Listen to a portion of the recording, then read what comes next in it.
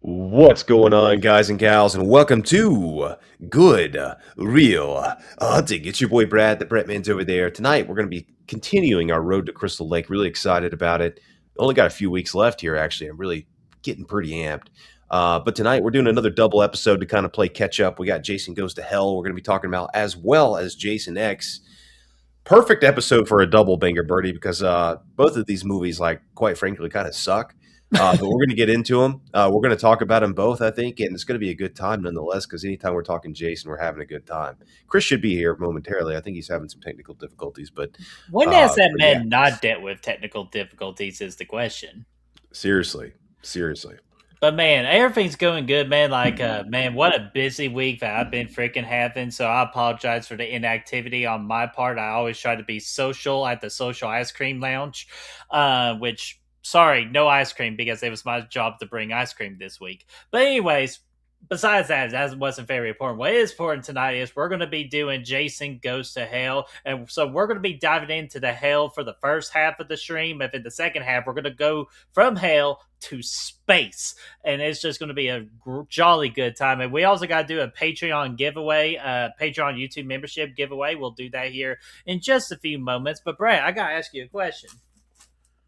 What's in the box? You're muted again.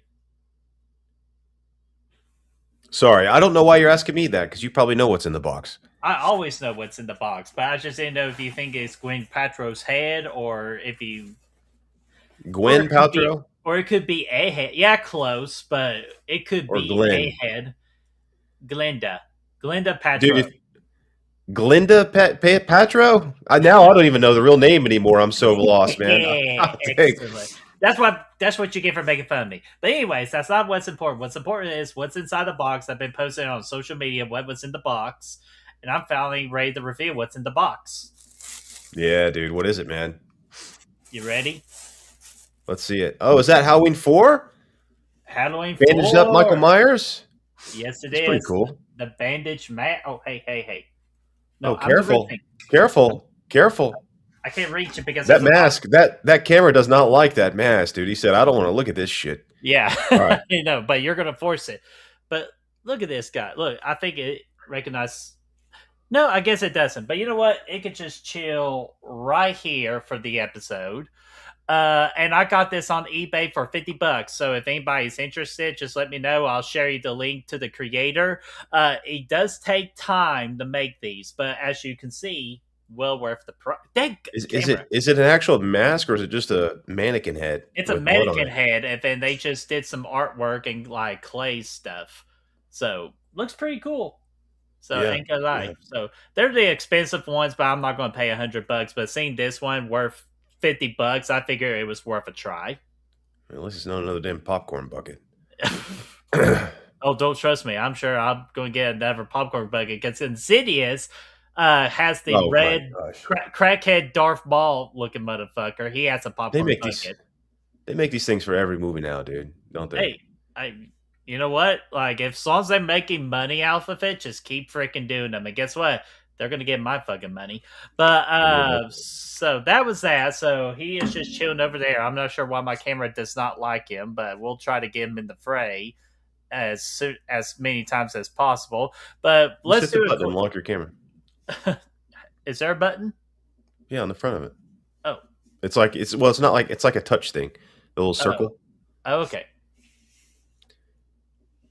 You gotta it's gotta pop up when you gotta hold it down for a second or something. Oh, okay. I don't know. But yeah, it's regardless, though, we'll just still make it through. So let me get this spinning majig here. Let's get to spinning. And Brad, I'll let you click the button so we have plenty of time just to make fun of Jason Goes to Hell. And plus we gotta get with the fake advertisements too. Yes, absolutely. So let me know. Hit it. Who's going to be our lucky winner this time? Will it be Chad? Because I know Chad just had a birthday this week. No, not going to be Chad.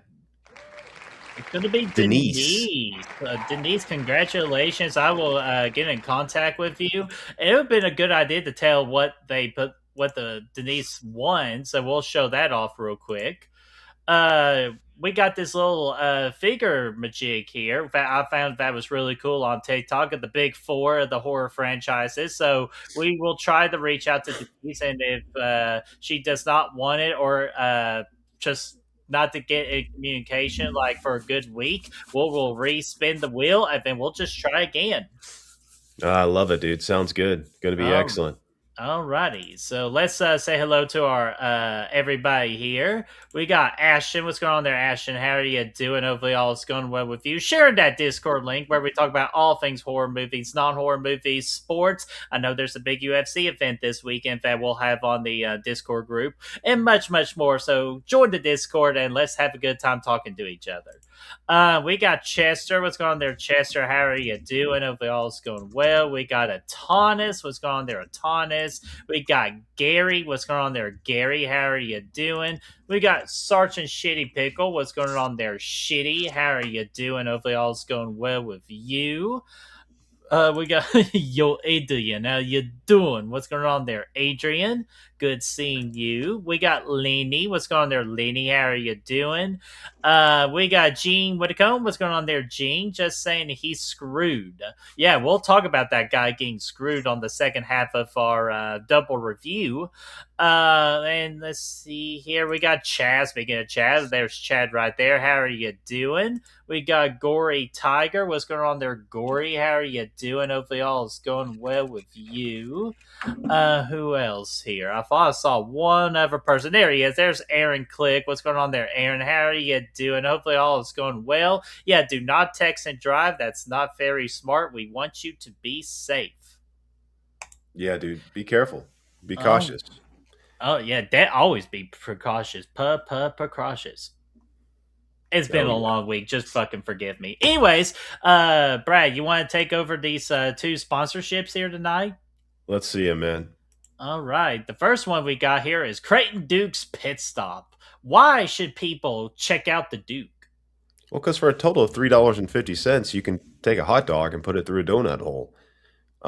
All you need is a pink dress, and you can make it happen. I love it. This guy, had he chose this career, he'd still be alive today. Well, maybe not with all the cholesterol, but outside of that, he would be doing pretty well. Man, he just what it is though is he runs this stand. This is why you need to invest into this stand and just purchase. Even though it doesn't look like he has buns, so you're pretty much screwed. Your shit out of luck on that. But what I heard is that he creates himself a fund, okay, because he likes snapping people's fingers, and these assholes fucking sue him that, and he has to pay up a good amount of money to overcome, like so people can fix their fingers. So what are you waiting for? Please go help Creighton Duke in his business so he could continue doing what he loves the most is cracking people's fingers. And sliding hot dogs in places. Yeah. Absolutely. I love it. No No, frills, no sauce, no questions, just food, baby. well, I Just see food. ketchup and mustard at the bottom. So if that's kind of your dink, like as a lubricant, I guess that's just good too. Lubricant. I'm just saying, like if you're dealing with your meat. But anyways, we're going to move on with that. Brad, what about this little worm bastard thing? I don't know what's going on here, but this is definitely it encapsulates everything that happens in this movie, minus the mask actually looking pretty decent here. It's Jason. He's turning into well, actually, I got somebody that can explain this one better here right now. I thought that was the original title.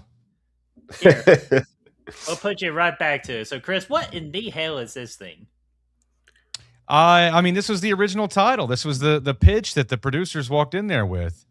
They said, should Jason go to hell? And not at all. I think he should become Roman candles and then a disgusting worm child.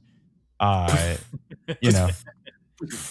which is exactly what happens in the movie. I wish his face looked like that when he was crawling into vaginas. Oh, fuck. Can you hear me okay? I hear you, Golden. Okay, and Chris, I also want to share this with you too because so far this has been like I have never seen so much hate for something so much all of a sudden than this week, and I'll let you explain to it here. Jason says no to premature sex. Like Jason's fighting a good cause, man. What? What did I do? Yes, premarital sex. He is very much against it. While the rest of the world is worried about AI taking our jobs and taking over the world, Jason is only concerned about premarital. Premarital. Whoa, what the hell was that?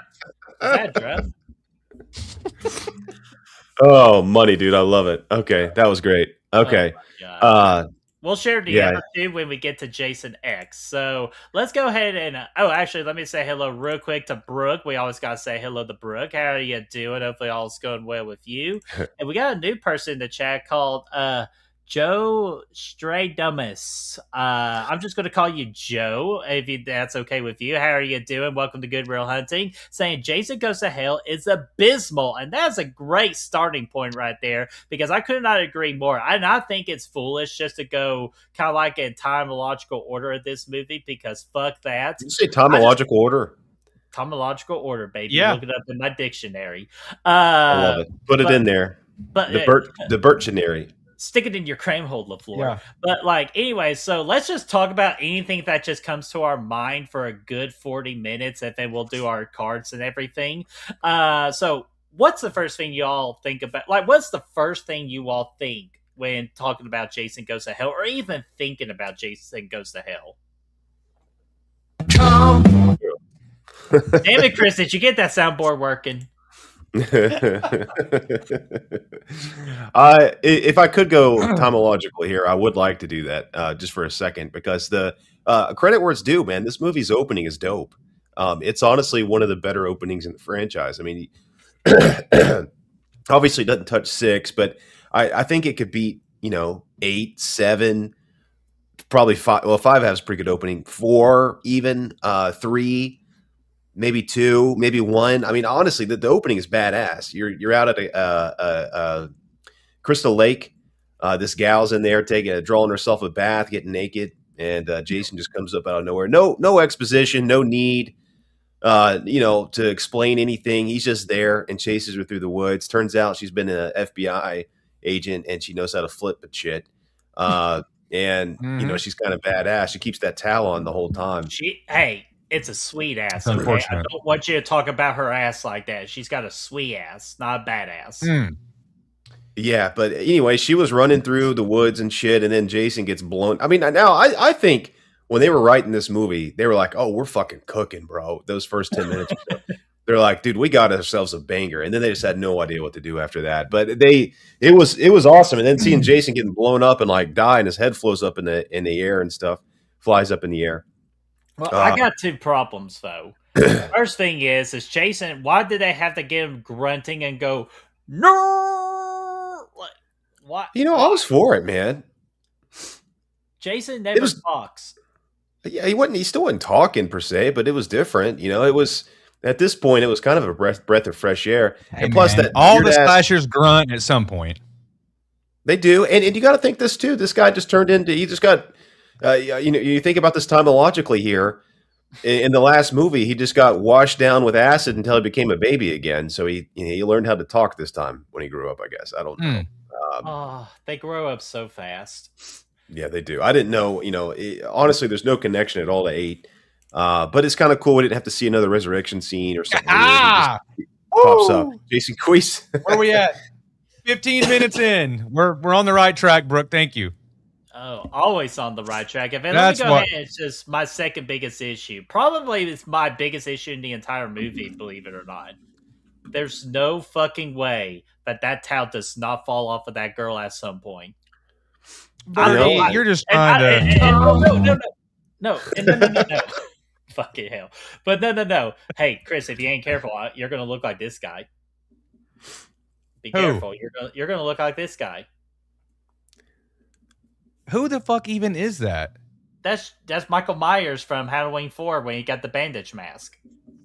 Oh, okay. Makes a lot more sense now.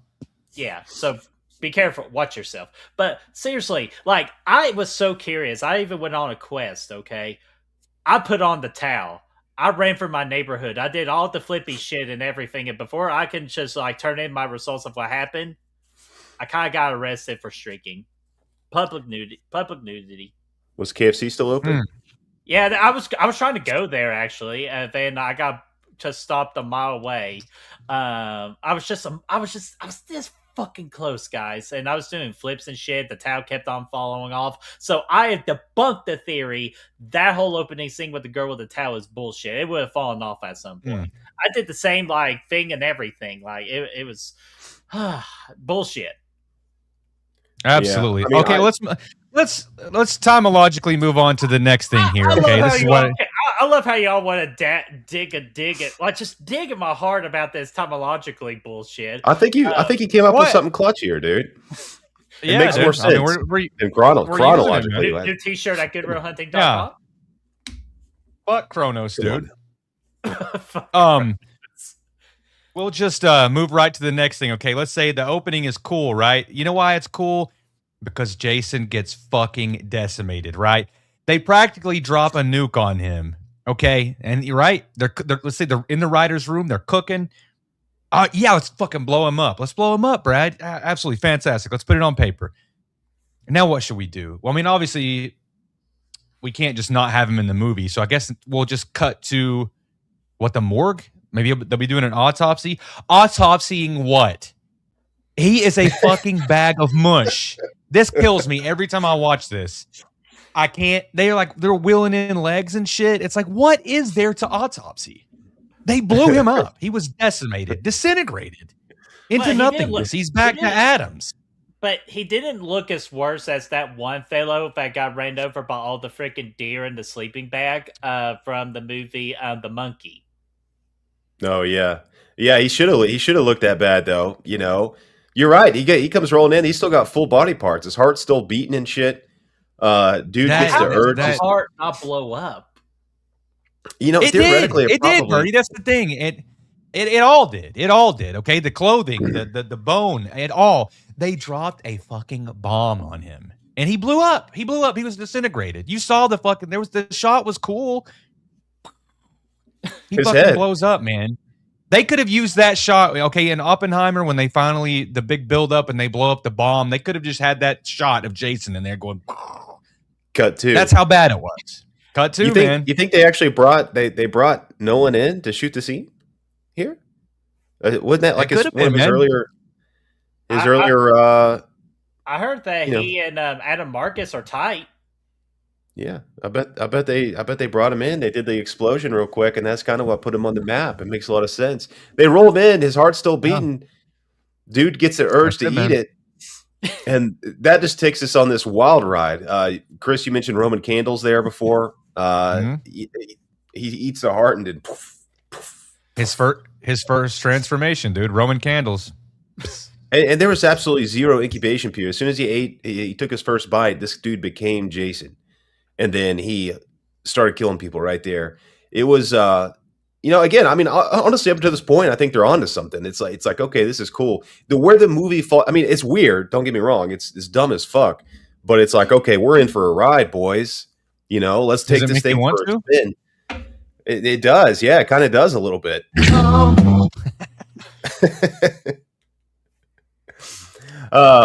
But then it just, once you meet the characters of this movie, that's when this movie falls apart because they're all ass.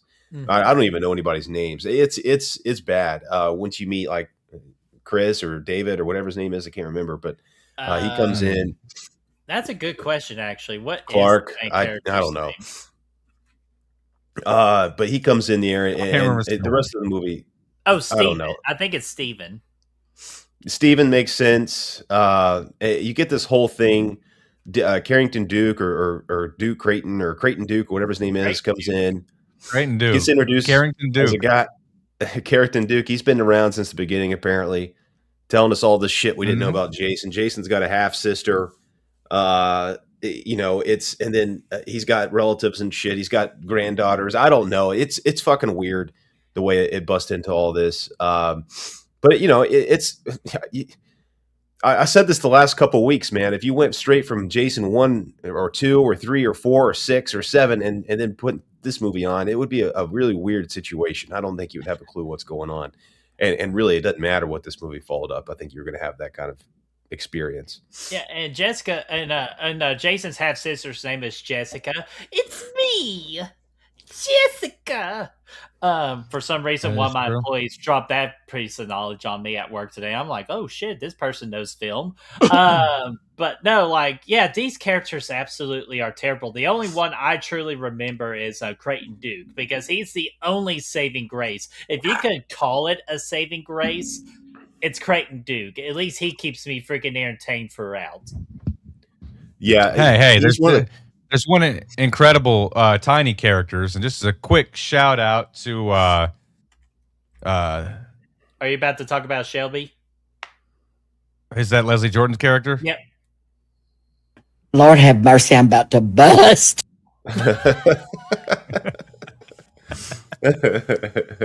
So, Oh my god, you're going to beat the death of us on that shit. so I so R.I.P. Absolutely fantastic little part in there. A memorable character. Oh shit! When they throw him against the wall, you know. oh my god, I thought he got his head deep fried. Folks. That's going to be one of our kills for the kill of the week that you all can vote on too. He just gets that head fried, chicken fried motherfucker. Oh, I love it, dude. I love it for that. Okay, so that's another thing about this movie that's actually good. The kills, man, kick a lot of ass. I think throughout this movie, it's probably the goriest, nastiest, especially you get the uncut version. I think it had the most kills in the franchise up until this point. 24. Yeah, and maybe even beyond this point. I don't know. I feel like I think it still holds the title for most kills in the franchise. And there's a lot of bangers in this. Problem is, Jason's not really doing any of them. It's all the body swap fools. But you get some, obviously we talked about the tent kill a lot before. One of the better kills in the whole franchise. This chick, she's riding the dude. It's not Captain Spaulding, but he might as well be down there saying, ride it. And, it's a pretty, it's a pretty epic scene. Boobs are out, flopping around. It definitely felt like Skinemax vibes there for about 30 seconds. And I think for a lot of people, it probably was the closest thing there back in the 90s. And then the tent pole comes in the tent and just rips this chick in half right between the tits, shreds it up, and then like one went this way, the other went that way. At least Jason protected the titties, though. Yeah, I mean, could you go? Okay, Oh, how come we didn't cut to her getting rolled into the morgue, and Marcus is in there from Bad Boys, and he's Well, what am I gonna do with these big ass big ass dead? titties. Like, at least cover the titties. But, Yeah. God, we love Bad Boys on this channel. But no, Brad, I agree with you though that the kills in this movie are very good, and I will even give movies prop again if we gotta try to talk about nice about this thing. I will say that the practical effects are really criminally underrated. Yeah, I mean, they took some time, man. I thought you did a great job with all the kills, the effects, especially at this point. Like it's 7 and 8. If only it didn't had really made any sense. Yeah, sense. We don't make sense around here. There's sense in this movie, but no, Brad, that's the other thing too with the practical effects, and like Chris said, they dropped freaking nukes on Jason at the beginning of it. They kind of ran it out of the budget, and then that's what happened with the Roman candles because it was like what $2 at TJ Maxx or something. Yeah, I mean, I guess you could find him there. Everyone here is. I mean, he basically turned into a series of queefs. And it just yeah, that's it. Dude, just rolling into the next person. It's like, what else can we do with him, man? He's possessing people, all this shit, and now let's just turn him into a big worm baby at the end of it and have him climb into a vagine, Not just only a vagine, my friend. We're talking about the anatomy of a human whole. That's what this movie taught me. Yep.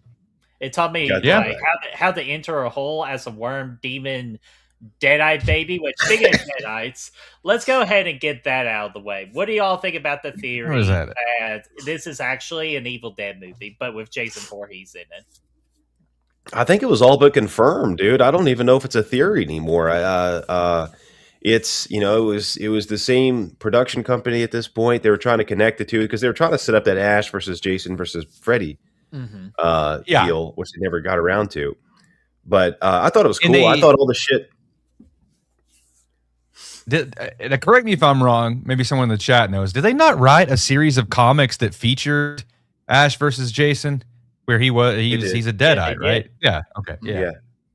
And that's pretty much what we got in this movie, that this Jason Voorhees is a deadite, because they had one of the three Book of the Deads, or like the Necronomicon, and they also had one of the daggers too. Oh, they did have the dagger, yeah. And I thought it was really dope the way that they strapped him down and shaved his ass on that table. You know, when he was about to mentioned. Yeah, well, yeah, it turns into that. He's sitting there. You got Jason in one dude's body. He's about to enter himself into another man's body, which is something that we've always talked about doing on the weekends, but we never got that far. But it's, you know, who didn't get that far? He gets him strapped in there, and he starts shaving his body, getting him nice and smooth. I don't know why. I don't know why you have to be smooth to be Jason. The first guy never had the privilege of getting shaved down before he ate the heart. I'll tell you why. Good Lord. Yeah, it's incredibly strange how all that unfolds. And then when the dude melts after, like, you get the Jason jumps out of his body or whatever, that shit was actually epic. Going back to the effects, again, I mean, you look at it on paper, it's like, you know, there's actually a lot of cool stuff in this. It's just bland and dry because they took itself way too seriously in this movie themselves. Mm-hmm. For a movie where you're shape shifting you're jumping between bodies and shit, and like, dude, have some fucking fun with it, man. I mean, it's Chris. We say 2-3 gummies, sit down with Chad and watch this thing. I think that might be an enjoyable experience. Oh man, I don't think Chuddy will go for it, man. I mean, I think maybe the one-eyed monster, maybe. I was like, well, son of a bitch, guys, thanks for the invite. You know, my dream is to get everybody up in the cabin and everybody just experience my first gummy. Yeah, I mean, you can do it there in a cabin in the woods.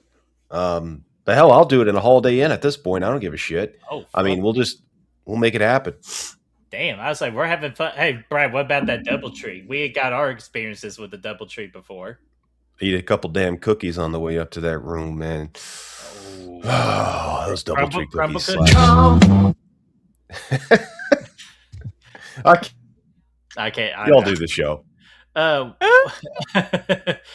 damn, see, you officially broke him, you son of a bitch. But one-eyed monster first, boys. Yeah. Yeah, bullshit. Let's see here. Oh, what? Cole, are you serious? We can't do him in Tennessee anymore? Son of a bitch. Cole, come on, man.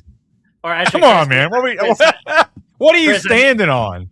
Chris, I need to get you that sound clip of the alien going, son of a bitch.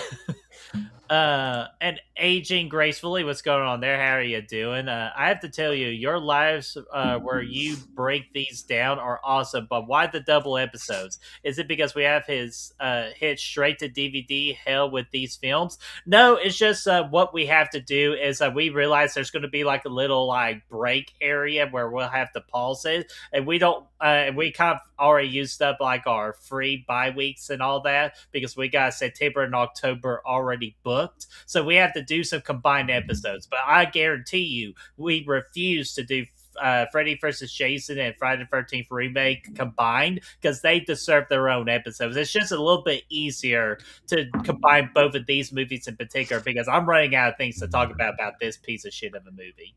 And yes, to answer your question, it's because we've hit straight to DVD hell with these films as well. Yeah, I mean, it is a little bit because of that. Yes, yeah. We're like, we don't want to spend the whole hour talking on these pieces of shit. Mm-hmm. And Valerie's and I know you're not. Oh, go ahead, Chris. I'm sorry. Are you? Is it what I think it is? Is it Oktoberfest? Yeah, you like that, dude? Huh? Oh, it's time. It's way the season, hot. Bro. No, dude, it's the season, though. man. It's so fucking hot. Once Oktoberfest is out, Hey, doctors. Hey, That's Brad's taking the Oktoberfest. house. Brad's taking the house. The year immediately improves once the Oktoberfest comes out, dude. It's like it's an automatic 180 on your year every time. I love it.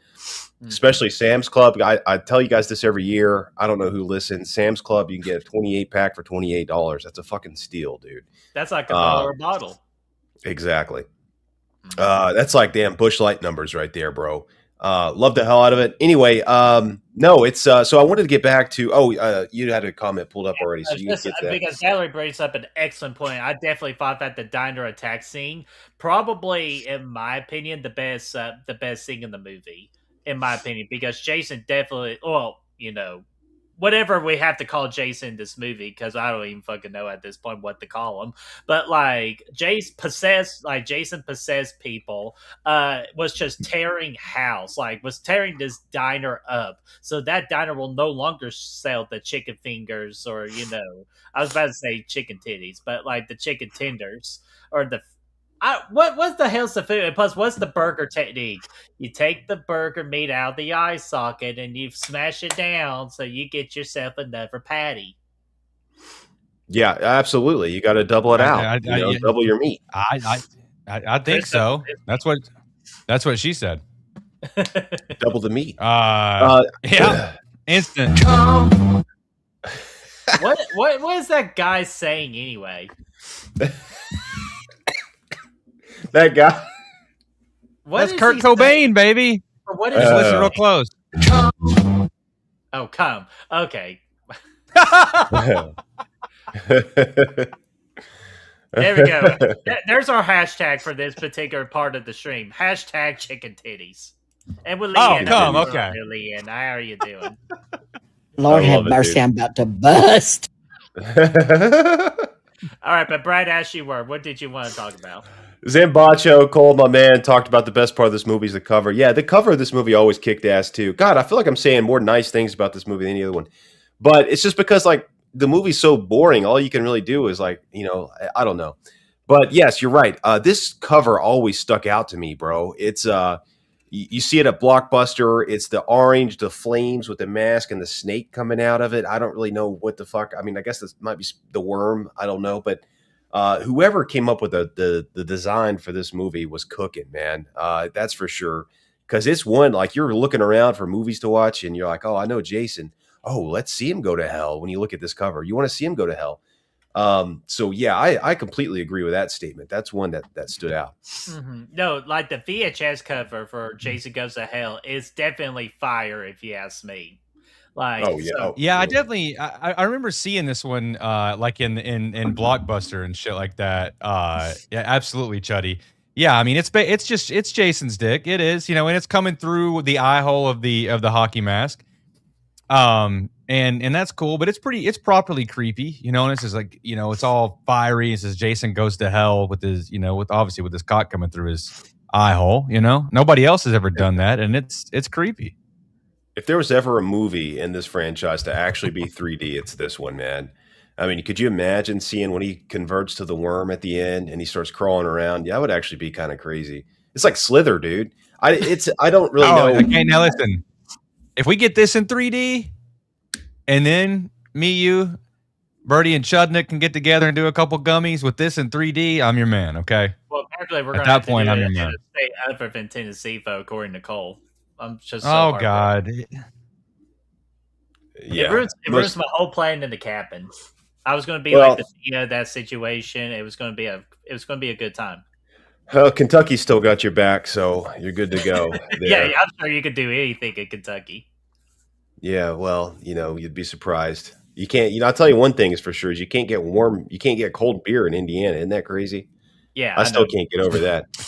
That is. I've never seen a more frustrated man in my entire life than this individual down here, bitching and complaining about where's the fucking beer. I could not believe it. It's just not cold. You can't. You walk into the gas station. It's like, all right, cool. They got a whole wall over here full of warm beer, but you could go in there and get a beatbox, which is like 13% alcohol. You could buy that for $2. You tell me you can't sell me a cold beer? You can get ready to go shots of Fireball across the aisle, but you can't get a damn cold beer. They had the biggest bottle in there. They had the biggest bottle of Fireball I've ever seen in there. It was like $100. It's huge. I was like, so you could buy this, but you can't buy cold beer. Like something is wrong in here, man. It's just it's a bit backwards. We're in a different multiverse with Chris here. Like we're in the multiverse where there's no cold beer. Yes, Chudnik, but I did not know that at the time at the gas station. Also, if you go into the grocery store, that's what we're talking about. Walmart is also a liquor store there, and you're looking over here at hot beer, and then you've got a literal keg of Fireball that you could buy over here, but no coolers, man. Oh man. Anyways, Speaking of the fireballs, Brad, remember that I got that Christmas gift from my dad about that whole bucket of Fireball mini shots, and I had to make you take half of them home just because I was dealing with with my kidney stuff. I'd do that deal again. Oh, dude, that was a good deal. Well, I was going to say, the good news now is I can take those shots because I got my body right, unlike freaking some of the people in this movie. No, there's some people in this movie that got their body right, though. Once Jason enters you, you're basically stronger than you've ever been. I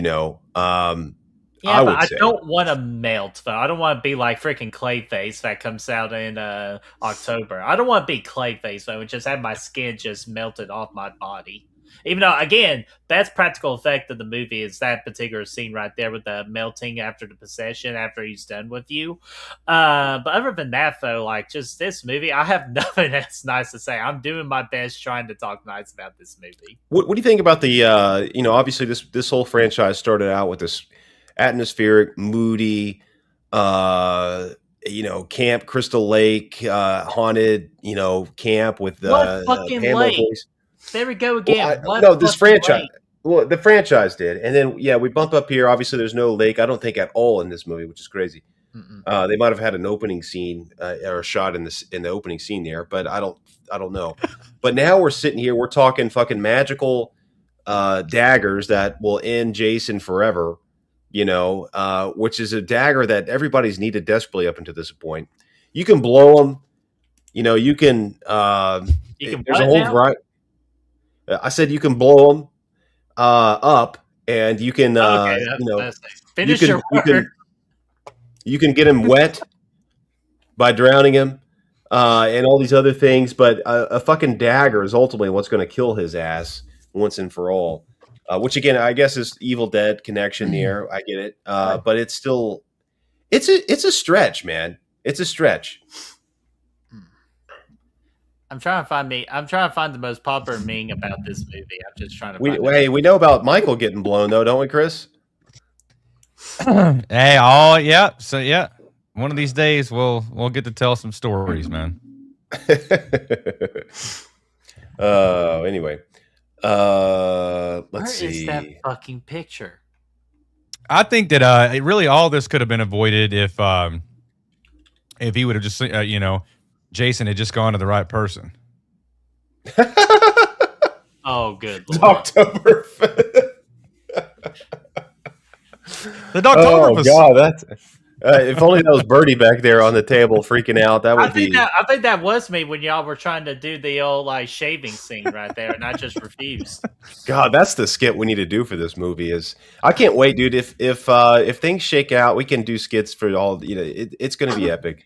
But that would be, dude. We got to get. I don't trust Chris drinking on the job and freaking just I have to rely on him shaving me right there. I'm afraid I'm going to be joining his fucking dickless club. Could you imagine? I think that you want you would trust me to be sober on the job. That's significantly worse.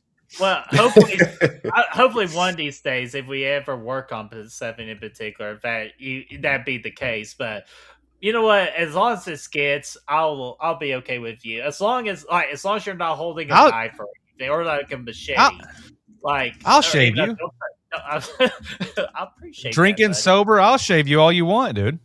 Oh, are you gonna shave I can handle it. Shave my legs. Your back? I thought we were talking about your balls. No, I'm not shaving your back. I'm not going to let you. What is that? Wait, what's that quote? You ain't going to spade and neuter me. Like, are you fucking nuts?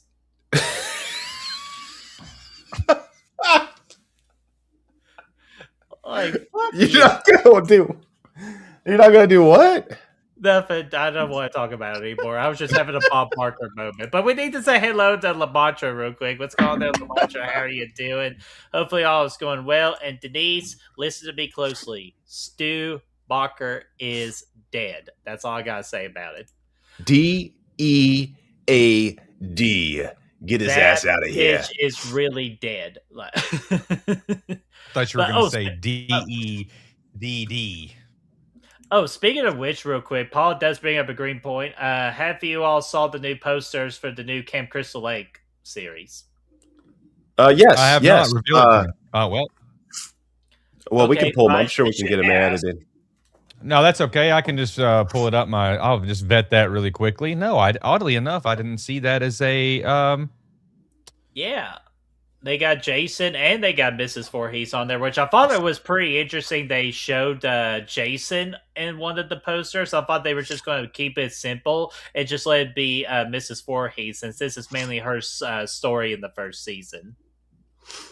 Oh yeah, dude, I can't wait, dude. Here's a couple questions I have, gentlemen. That kind of think of these as almost last cut, and we'll have our own last cut here in a little bit. But one thing I want to know is like. Did you find this stuff interesting or unnecessary? And that's the Voorhees house, finally coming back to the Voorhees house, or not coming back, but introducing it for the first time in the franchise. And then the familial aspects of Jason diving a little deeper into his family tree. These things, did you, ninth movie then, we've never explored any of this. Interesting to you guys, or is it just fucking weird and totally unnecessary? Here's what I'll say. I said in the seventh movie, like we're in 7 movies in. We need to start doing something different within this franchise to keep it, fresh and rejuvenated. Which I know is not saying a whole lot with the pieces of shit of movies that we got trying to go into that particular playbook. But I definitely appreciate the effort of what they did with this movie. It's just it was horribly executed. I feel like if it could have marketed as a Deadeye Evil Dead movie, it could have done a lot better for itself. But for like the family tree stuff and everything, I thought all that was unnecessary because who gives maybe on its own on an island, the movie is much better received than the 9th movie in the Friday the 13th franchise. Mm-hmm. Especially when it's called The Final Friday. For the second for the second time. Yes. Yeah. I mean, I think it could have been interesting if it had been introduced, if there had been even some threads, not necessarily in all the movies, but if there had been some sort of thread about family or something, if that had been a motif that they explored, even let's call it in 1, 6, and 8 or something like that, it might have worked a little bit better here. I still think this movie's such complete nonsense that it still would have fallen flat, but it would have been at least a little more interesting if it was a thread that we had, had been sort of explained in some of the other movies. Mm-hmm. Otherwise, it's just total nonsense. And for them to bring it up now, it's just, with all the other nonsense that they're trying to do here is dog shit. I think that I agree with that statement. I do think one thing, honestly, I think this movie could have been pretty entertaining had they just had better characters. And this is a movie that desperately needed it because you're doing all this weird shit. Because it's like you look at it, it's like Part 8 was a snooze fest. This movie, a lot of the stuff that comes to mind trying to talk about the movie are okay. You got good kills, you got brutal ass shit going on, you got it's thinking outside the box, but you just don't give a fuck because the characters are so bland and boring, and there's nothing interesting at all about the story outside of Jason hopping around. And I mean, the only saving grace is Creighton Duke here, who's honestly one of the cooler franchise characters stuck in a horrible movie.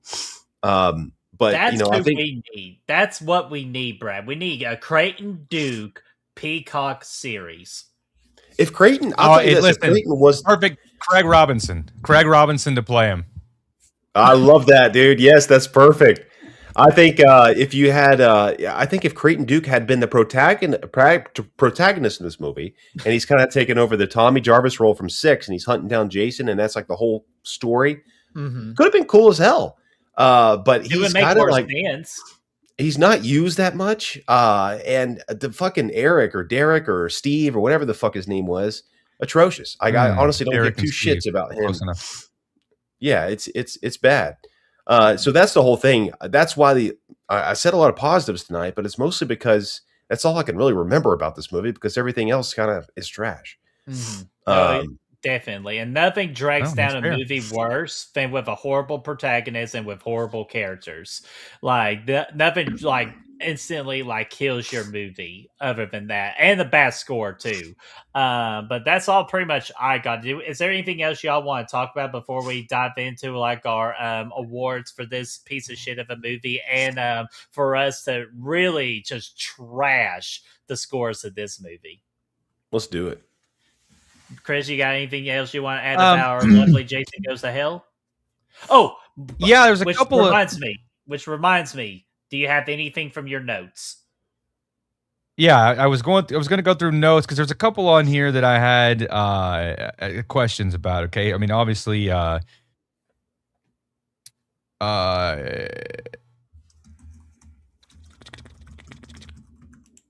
well, first of all, my last note on here is hell is filled with Muppets. What the fuck was I talking about? I can't really remember the last You're scene. talking about like the demons coming from the ground and just dragging Jason to hell, like literally. Pretty much. Oh, yeah, like, that's right. Yeah, pretty okay. much like Sam Raimi's Drag Me to Hell. Yeah, what about that was silly. What was the situation where I can't? What is the context of the scene? And I remember it. Creighton Duke goes to see the guy in jail or whatever, and he's like, "Let me show you something." Because he was in jail. Yeah, and he breaks the guy's finger or whatever. But what was the context of that scene? Does anyone remember? I can't fucking context about that scene. That's Because the problem. All this is Steven was in the jail cell just because he's acting crazy trying to get with Jessica and the baby and all that. He got thrown into the jail cell. Creighton Duke's on the side and Steven needs information. The only way Steven could get information is if he gets his fingers cracked by Duke's weird obsession with cracking people's fingers. Dude, the departure, you think about the departure in writing, they were cooking in the first 5 pages and then it just went down the hill, dude. At this point, they said, I don't know what gummies kicked in. They said, let's just throw him in the jail cell next to him and start cracking fingers. Which is oddly kind of therapeutic, I think. I mean, I like a good finger crack when I can get one. Okay. Okay. We need to isolate that for sure. And then what was the other thing you said that I just said? Oh, it's not really anything of note, but one of the notes was like, why is his brain so big at the very beginning of it? And it just reminds me that when we were doing our skits for the original review series, Brad had to put, what was it? You had to put the mask on and then this sort of brain thing over top of it for this particular one. And we couldn't shoot more than like 5 minutes at a time because he was sweating so profusely in there. He's like, hurry the fuck up, I'm dying. It was July, dude. It was July. I know. I remember it well, but and then Birdie almost killed himself that day. Yeah, I didn't almost kill myself unless if I stabbed the right artery at the right point of the leg. But don't worry, we had a nurse on standby, so I was totally safe with everything. That's true, yeah. But here's the thing. Here's the big takeaway from that skit. We got some sexy dance moves from Brad right there. Yeah, that was that one actually turned out pretty well. Oh, chicka cha chow, chicka cha chow. Oh, I didn't even have to ice my knees after that, dude.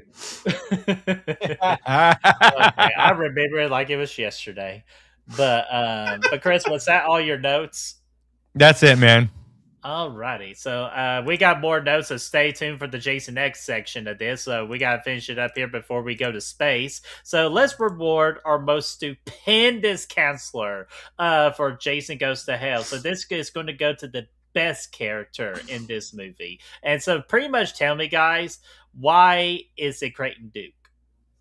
Oh, it's Creighton Duke. He's the only character with any life to him. Give it to him. I mean, he's the only memorable character at all by a long shot. And I think that if you posit him into one of the other stories, I think that he's probably one of the worst characters, if I'm being honest. Because I don't know. Just You being think? so miss out place. Yeah, well, he's because he's memorable here because he's just kind of funny and it's like a what the fuck character that you know what I mean. He just like the reason he's memorable is because he's always saying off the wall shit. He's the only one with any presence in the movie, but it's because everybody else fucking sucks. He's fun in this one, but can you imagine if? I mean, maybe in part 8, but you're not going to have part 3. Oh yeah, but part 3, he's just walking around talking about why don't you blow me, Chief? I mean, nobody's gonna go for that. You'd be like, who the fuck is this guy? What are we talking about? Oh, hey, speaking of part 3, I know this. You just remind me of this, but speaking of part 3, today is the Sorry, I'm trying to do math real quick. If it came out in 82 plus 40 plus the 4. Hey, 44-year anniversary of Friday the 13th, part 3 today. Happy birthday, part 3. Yeah, my favorite number, by the way, 44. So I thought all that was cool learning that out today. Which, Brooke, thank you for letting me know that. Brooke was the one I saw her Instagram story earlier, and that's what she celebrated. So thank you, Brooke. I love it, dude. I love it. So sounds good. What's going on, you fiery son of a bitch? How are you, Jason, doing down there?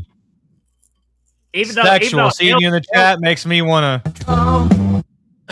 Even though Hale cannot have Fauci because he's too fire for Hale.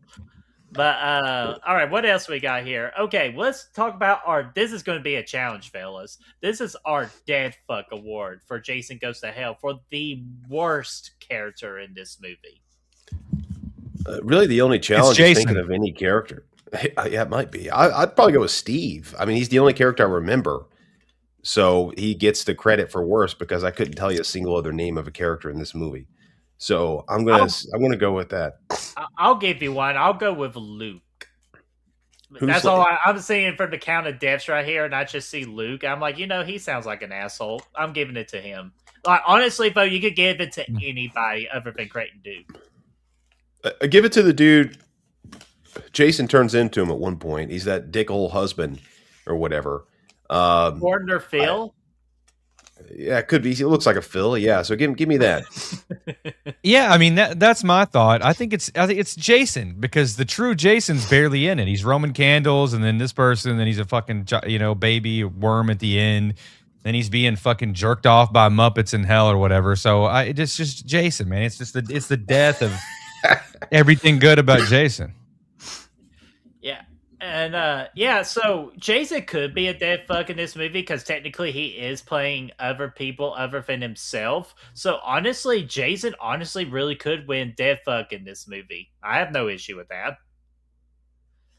But let's see here. All right, we got to do our kill of the week. So let me go ahead and get that poll up. So there it is right there. So be sure to go ahead and vote. Type in the number 1, not the word version of 1, the number 1, the numeral 1. If you want Adrian, no, shit, wrong movie. Don't vote on that one. Vote on this one. Yeah, vote on that. No, dadgummit. Damn it, I'm gonna have to do that poll over. Hey. All I do is vote. So vote for Deborah. I was about to say fucking Deborah again. I did all good for all these years calling her Deborah. I went straight back to fucking Deborah. But anyway, so vote for these people. Type the numbers that you won. That the top 2 answers get to move on to the kill tournament later on. So let's go ahead and get this screen popped up here so we can just start to reward it with grades. Let's see here. There we go. So Brad, you always start us off here. What do we rate Jason Voorhees in this movie? Honestly, I mean, I don't give him that much shit. I actually like the look of Jay. I mean, I say that loosely. It's obviously one of the worst looks in the franchise, but I like it more than 8. Jason himself, Kane Hodder, I think does a fine job when he's on screen. So I'd probably go like a 2.5. 2.5, that's fair. So I'll just go 2 right there. Like, I didn't mind the look. It's just like we rarely get it throughout the entirety of this movie. So just a 2. Okay, I will have a 1. Jason's barely in the fucking thing. He gets exploded at the very beginning. I'm not counting all the other queefs and fucking worms that he becomes later in the movie. He's barely in the fucking thing. You got Final one thing you guy, gotta girl, it's 1. One thing you got to take into account, though, the Jason, once he's hopping bots, one of the most brutal Jasons we've had. The kills, we'll get into that here in a minute. You said 1 for final guy, girl, Chris. Yeah, keep it pushing. Yeah, what do you think about Final Guy and Final Girl? What's your rating on that one? He just said 1, so we'll just snake it. So you go next. Yeah. I apologize. Sorry, I was making sure I said hello to Holly, one of our originals. I'm going to actually join Chris right here. Actually, is there a way we could just give it a 0? I think up to this point we decided to start with 1. It's 1 to 10. So fuck Steve, fuck Jessica, fuck this movie. I'm giving it a 0. Oh man, we're rolling with queefs in the chat. I'm loving this. Yeah, I'm going to go with 1 just for the simple rules of 1 out of 10. I think you got to start at a 1. So I'm going to go with that. But yeah, it's not good. All right, what about kills? Because you were talking high on kills in this movie. Yeah, the kills kick ass. Honestly, I'd probably give it a 7.5. Maybe even a. Honestly, I'd give it an 8. I mean, you get the tent kill, you get the dehydrated deep fryer madness. There's a lot of good stuff in this movie from a kill standpoint. So I'll give it an 8 for that. Yeah, I'll join you with an 8 as well. Especially kind of like Jason fucking cop block that guy by killing his girl and chopping her in half with a stop sign pole. So all that was bloody good time. And I agree with you, Brad. There were a lot of fun kills in this movie. So an 8's a good score. I'd probably go 6. Damn, fucking hater. I think. I honestly, I dislike this movie. I truly do. Well, you're gonna have fun with this next one. What about the characters? 1. I mean, obviously, I couldn't, outside of Creighton Duke, I couldn't remember a single fucking name. So it's got to be the worst in the batch. I mean, it has to be. Well, I'm going to go 2. It does deserve a 1, but Creighton Duke's in it, and he is a strong, just like a little bit of a saving grace in this movie. So I can't totally give it the lowest score, but I will how about 2.5? Yeah, I'll go 2, and it's strictly Creighton Duke here. Mm-hmm. He's the only thing that's keeping this thing anywhere above a 1. So yeah, give me that. All right. What about the atmosphere and the setting in this movie? That's a 1. I mean, there just isn't one. It doesn't feel campy. It doesn't feel. It's amongst the worst in the franchise. No, I agree with you. Like the setting of a horror movie has to be extremely important, and you absolutely have to feel it. I didn't feel shit about this movie, so give me a 1. I will go with you. I'll give it a 1, and I'll save you some time and say the rewatchability is also at a 1. Yeah, massive 1. I could not agree more. This is like the one Friday the 13th movie I will always freaking skip in the marathon, unless if I have to do something channel related with it. Other than that, do not watch it. Yeah, I think I'll go 1.5 just for the goofiness, just because it is something that's different in this franchise.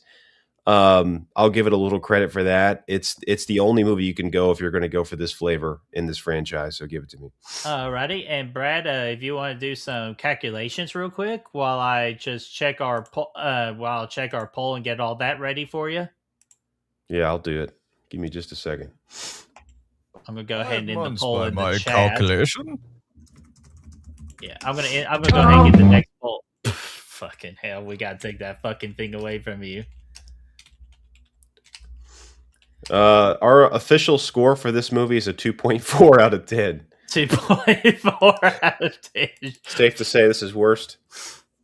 Fuck me. 2.4. Fuck me running. But guess what? That movie fucking deserves it. It probably deserves even worse, but we wouldn't be doing our job fairly if we just, just like totally went against it. So let's see here. There we go. There we go. And I'll fix all that stuff later.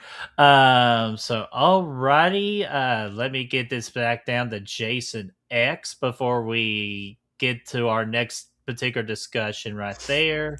I'm going to go ahead and hide this at the time being. And it looks like what one here? Shelby and Creighton Duke. Those are two. Oh, actually, wait. Deborah didn't win? God, I thought that kid was nasty, though. Deborah.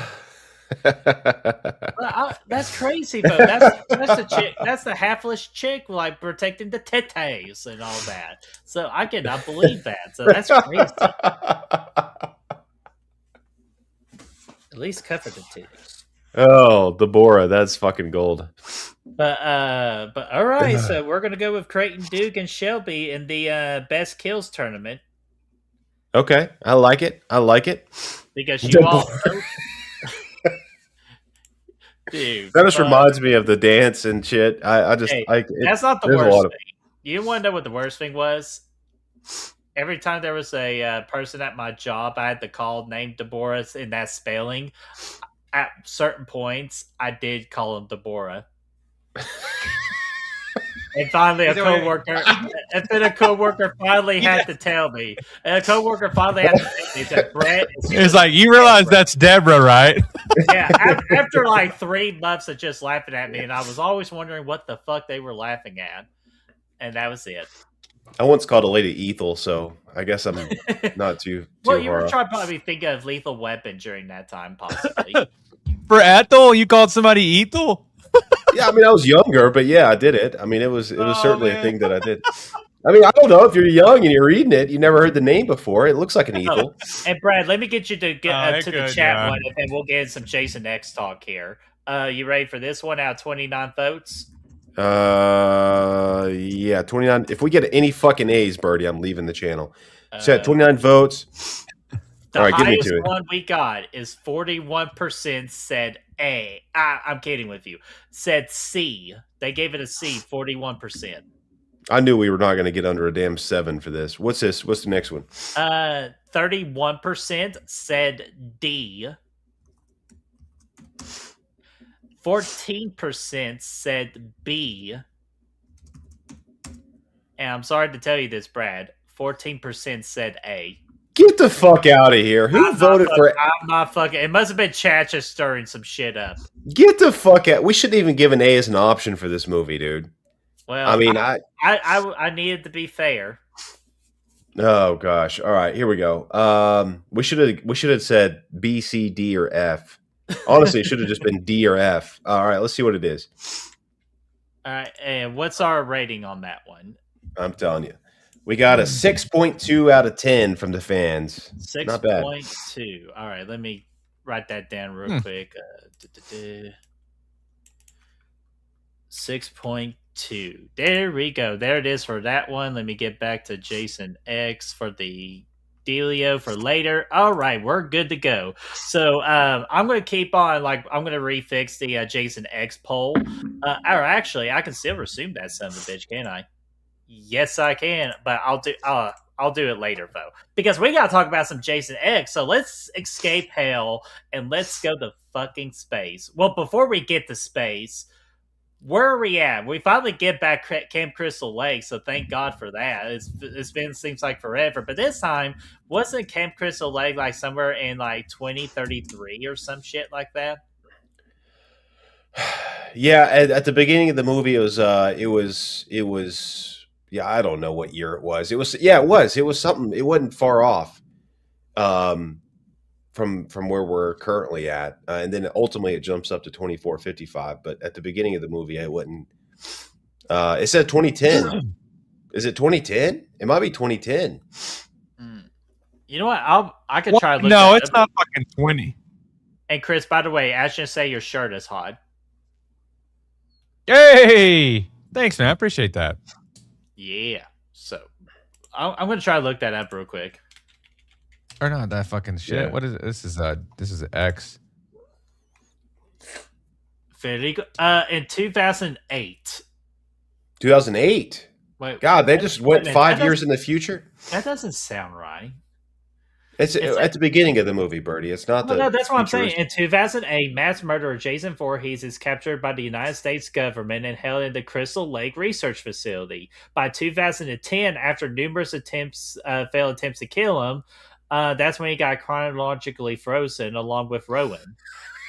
2455 is when timeological. Come on. Future students find Jason on Earth in 2455. That's the year that it actually takes place. I was talking about before the chronological frozen and this timeline. Yeah. Leave me the fuck alone.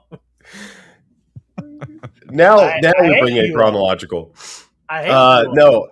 It's so 2455 is where it goes in the future, but the beginning of the movie is at 2010 apparently. Mm-hmm. Whenever he's at the lab, which by the way, Crystal Lake Research Facility, are you fucking serious? This movie starts off, I still remember the opening is this. They're at this fucking parking garage where they're researching shit, and there's it has that text at the bottom. It feels like I'm watching a Michael Bay movie or something. It's like 2010 Crystal Lake Research Facility or whatever. It's like this fucking place now has a research facility. How many corners of this fucking lake are there? There's the one corner that's a perfectly fine summer camp.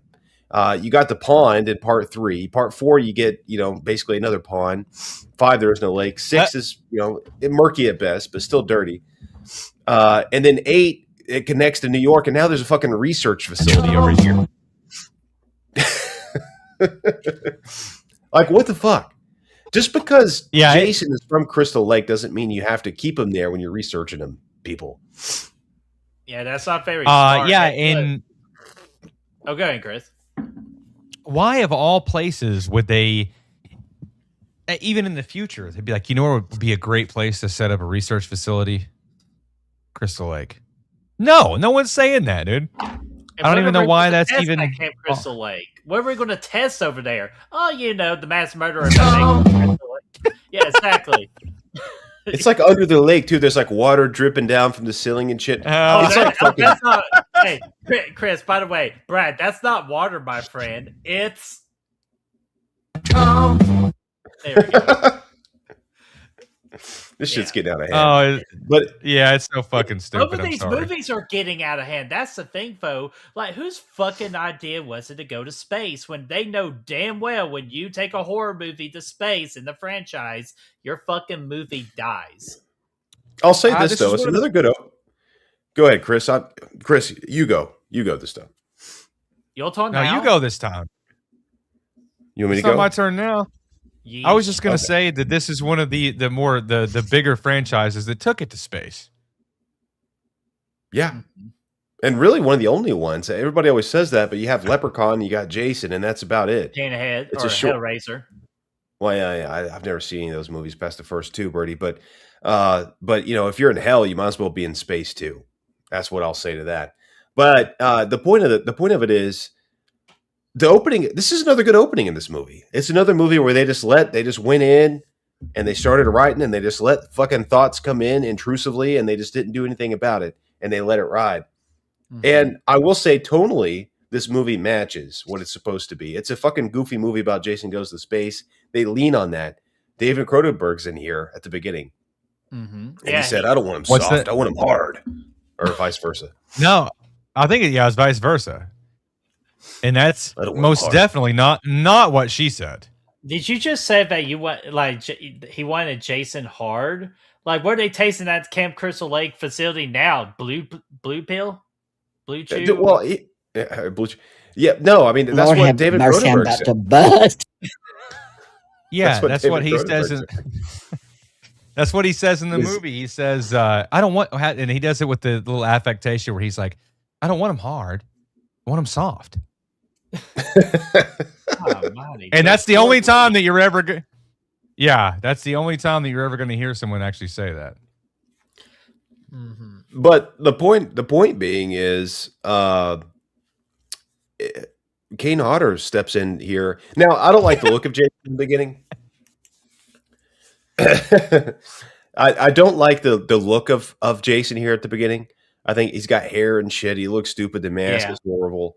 But Kane Hodder brings it from the beginning of this movie. He's kicking a lot of ass, and I actually think it's my favorite performance that he brings to the Jason character is in this movie. It starts early. He slays this whole research facility of people. Now, far departure again. There's no camp counselors here. There's nobody running around, drinking crystal juice, trying to hook up with dudes. But it's entertaining. I mean, that's one thing we can't say about the last two movies. Oh man, but crystal juice, that's a good one. But no, definitely I hated the look, but Brad, it's what we talked about last week. I agree with you. This is my favorite King Hodder performance as Jason. I felt like it was just like, hey, we're just having a goofy time. If there's shit you want to try, just go for it. And he did, and it actually worked. Yeah, it does. And during this massacre at the Crystal Lake Research Facility, Rowan, our final girl in this movie, which again, a step up, I think, from the last couple of movies, but not great. Hot. She's hot. She's actually like, like a character that you can, like definitely beats the last two that we had. She ends up getting them trapped and frozen during all this, which is, they could have just started the movie in 24:55 and just said, fuck it. They gave us a little bit of a reasoning why he's still around. I like it. I think it makes sense. I mean, all things considered, I don't know how he got out of hell. Again, they just said, fuck timologically,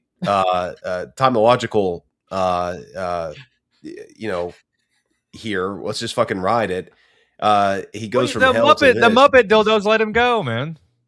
They let him go they did let him go for a minute. I guess technically, I don't fucking know. Technically, this happens after Friday the 13th, Jason. But okay, it's 2010. But God, it was damn 2010 and fucking in Jason 8 or 7 because it kept jumping ahead 20 years after every movie. So I don't even know what the fuck's going on anymore. Well, do you think like when they got frozen and all that they at some point like intercepted with Dr. Evil who got chronologically frozen inside the shape of Big Boy? Am I fucking dreaming right now, dude? If I even, I'm pretty sure. I'm pretty sure I'm saying the damn this word is just where this has led us. Chronological, yeah. It's just right? Chronological, yeah. But you switch back and forth between timological and chronological. No, it's not chronological. Right. We're talking about getting frozen here. It's chronological. But the context of the conversation is in line with where we are in the franchise. It's it's that fucking crazy now. It's ridiculous. Yes. Yeah. It's cryogenically frozen. Fuck you. Dig, I agree. I thought he was talking about chronological. Did Dr. Evil shot into space in an egg or a testicle? I thought it looked just like a giant. Thanks, boys. This is out of Woody Harrelson. Houston, we got a problem. Wait. I was like, my God, he's back. Well, actually, no, sir. Big Boy's always been around here offering low value meals to low income families. Oh, shut up. But anyways. Fuck you. Okay, I'm done with this. I'm done with the abuse.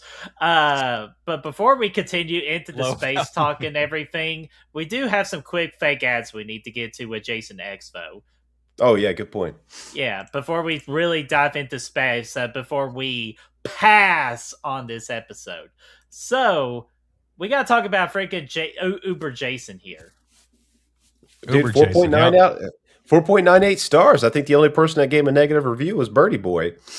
Yeah, because that guy was he did like my conversation about being covered in refried beans. I think that's the only skit you actually survived. Actually, I don't know. I was dying laughing my ass off. We couldn't shoot a serious shot without me laughing. And plus, I was like 5 truly in. But let's see are those numbers real, or do you think they've been pumped up a little bit? Because look at his cancellation rate. Well, look at his approval rate. 100%. Wow. 98 rate of an 100% cancellation. That's kind of weird. Yeah, yep. Well, what would you do if you punched in an Uber and this guy shows up, dude? I mean, it's different. As long as he gets me to where I need to go, I'm good. I wouldn't mind to watch that skit here in a bit too. But it's see, you pull up and give the thumbs up is still one of the best. yeah, that was pretty good, man.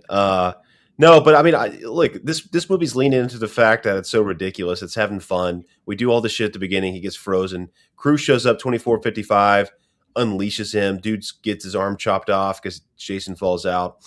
All that shit's cool. They take him up into space. And you know, it's goofy. It's corny. They filmed this in a fucking, I don't know. They built a damn space shuttle out of styrofoam or something, spray painted it silver. But it leans into the corniness of it, man. Like this works better for me than Jason going to Manhattan. I think it works better. It's better in the cruise ship. It's better in Manhattan. He's up there for fucking slaying. And now this movie came out when I was actively watching these movies. So I remember renting this after it came out, and I was like, oh, this movie's fucking kicking ass. I watched it like 20 times one weekend. When I saw this in theaters, dude. Theaters? You saw this movie? Was this your first Jason movie? In theaters, yeah.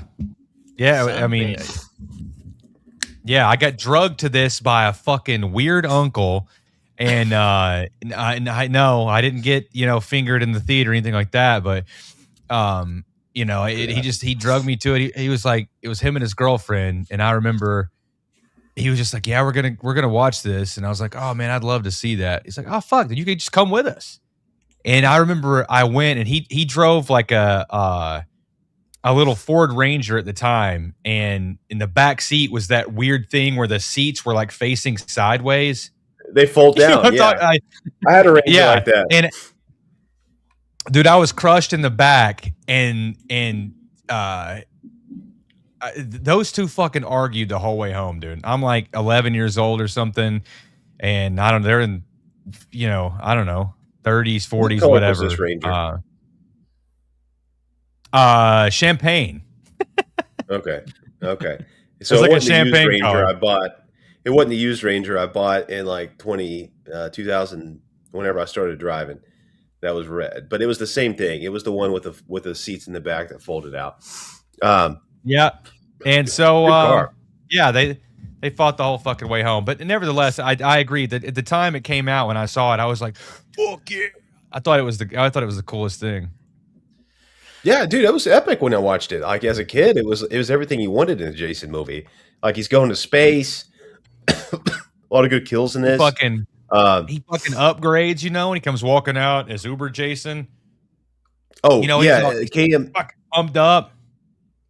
Yeah, KM 42 or 14 or whatever her name was pops out in that latex like she's in Resident Evil. Fucking lays waste to this guy, dukes him out. She's got Uzi 9mm and all kinds of shit. Just fucking laying waste to him. The definition of perfect nipple placement too. You can't get much more perfect if you're perfectly placing him right where you want him to be. They fall off from time to time, but that's okay. A little tape would fix that. But it's really glue that shit. A little Gorilla Glue in there never hurt anybody's nipples. Too bad. Just like put it on the moisture and then just get all deep in that son of a bitch, folks. That's how you got. You know what? I just thought of something. Cryogenically. This made you fucking think of something? What the hell is all your mind? No, I was just thinking about the whole thing about cryogenically and chronologically. No one said queephologically. Not yet. Or queephogenically. Yeah, I never say never. Oh man. That was never again. But yeah, speaking of fucking like the nipples and all that, what about that fucking professor trying to freaking pass? That was a weird man, wasn't it? Yeah, it really came out of nowhere. That's another one where you're kind of like, what in the fuck? But sometimes you need a good tutor in space, am I right? Hey, speaking of fucking tours, let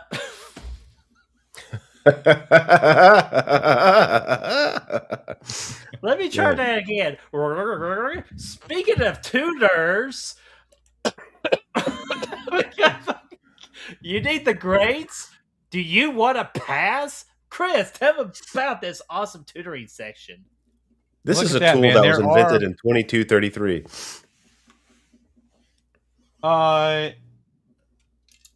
Yeah, there are no D's in space, just discipline from Tutor X. She can break confusion, carelessness, C's, excuses.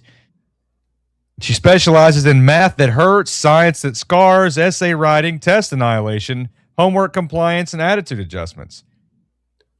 I think she said test annihilation is probably testicle annihilation. I think she could really do some damage there. If you don't understand, I'll explain it. If you still don't get it, I'll stare at you. If you keep slacking, I will disappoint you. I'm not real sure what she means by that, but that's okay. I want her to spank me. That's all I want to know. Birdie. Oh, okay. Well, let's isolate that audio. Where was that at? 121. Okay. Could you imagine if she, Birdie? What would you do if she walked in with these damn whatever this nipple pincher things? And I mean, 1 out of 10, how excited you get? Just let it ride, baby. Just let it ride. Okay, hey, let it ride. I'm fucking 36, man. I need to get what I need to get, so I'm willing to do it. Okay, man. Spoken like a true. You would never make it in Camp Crystal Lake, dude. No, probably not. I'd be a goner. No, not with that. Lord have mercy, I'm about to bust. The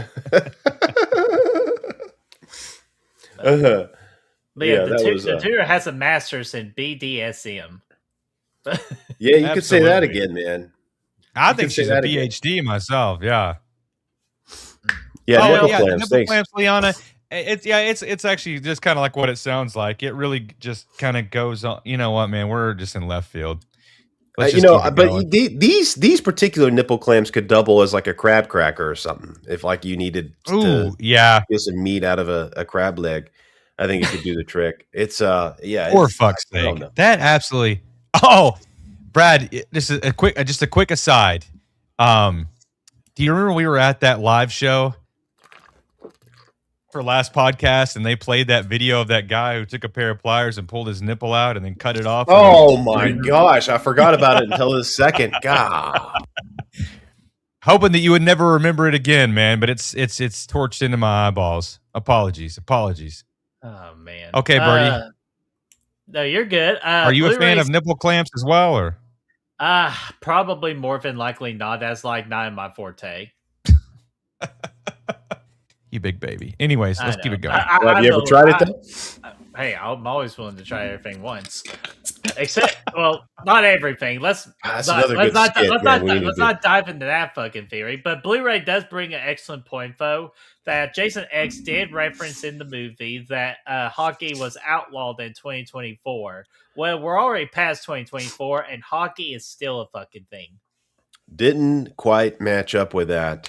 Man, God, it's crazy how it's not like Back to the Future 2, where they predicted the Cubs win the World Series that season. Yeah, it's not like that at all. It didn't quite happen, and it's God. 2024 is super futuristic now. That's what's crazy. But anyway, yeah. So they basically admitted in the making of documentary they ripped off Alien with this, and that's what a lot of this movie feels like. They're on the spaceship looking for Jason. Jason's looking for them, and it's a lot of that. Very much feels the same, just not nearly as creepy or scary, or it's just more goofy, which is fine. I mean, at this point, again, I'm glad they're taking this approach and having fun with it. But I'll tell you what movie was badass, or what part of this movie was badass, was Jason going up against the Space Marines, where they all bust in that it's like a haunted house or whatever. It's like a little maze, and Jason's in there to slay them all. It was pretty dope, man. He killed all those motherfuckers. They had these like Halo guns in there too. Oh, dude! Not only that, that was the same scene too, where Jason tossed that one guy into that. Like, for some reason, whatever the purpose of this is, I'm not sure if it's just for the kill or just a particular like spaceship design or whatnot. But there was that rotating screw. Remember that? And that guy just fell on it and got impaled, and he's just spinning around like this, like.